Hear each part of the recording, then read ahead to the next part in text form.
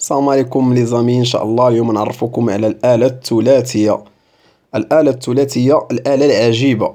الآلة العجيبة، الناس اللي كدير الإصلاح الهواتف النقالة ضروري تكون عندك هاد الآلة هادي.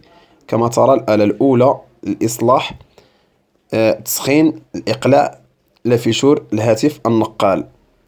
يعني كتحط الهاتف النقال فوق هذيك الجليده، ما تخافش من ديك الجليده، واخا تشوف الاله، واخا تشوف السخونيه وصلت فين ما وصلت، ما تخافش منها، ما كتسخن، ما كتشعل فيها عافيه، ما والو.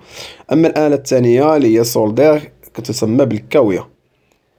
واما الاله الثالثه يا اخواني الاعزاء، ريورك، تسمى بالايرشو.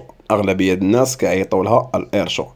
هذه هي الاله العجيبه، الاله التركيبه الثلاثيه: تسخين الهاتف، لإقلاع لافيشور. أما الثانية الكاوية والثالثة الإيرشو.